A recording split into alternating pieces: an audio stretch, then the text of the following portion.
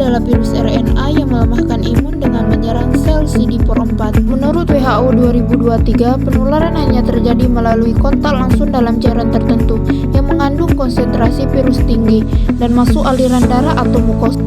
Risiko penularan tertinggi melalui darah, air mani dan praejakulasi, cairan vagina dan serviks, air susu ibu. Namun air liur, air mata, dan keringat tidak menularkan HIV kecuali bercampur darah dalam jumlah besar.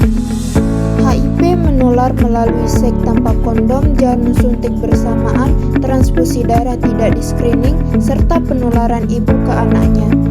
Kenali resiko dan cara pencegahannya. Penularan HIV tidak terjadi ketika bersalaman, berpelukan atau bersentuhan fisik biasa, batuk atau bersin, penggunaan toilet, kolam berenang, serta gigitan nyamuk tidak menularkan HIV.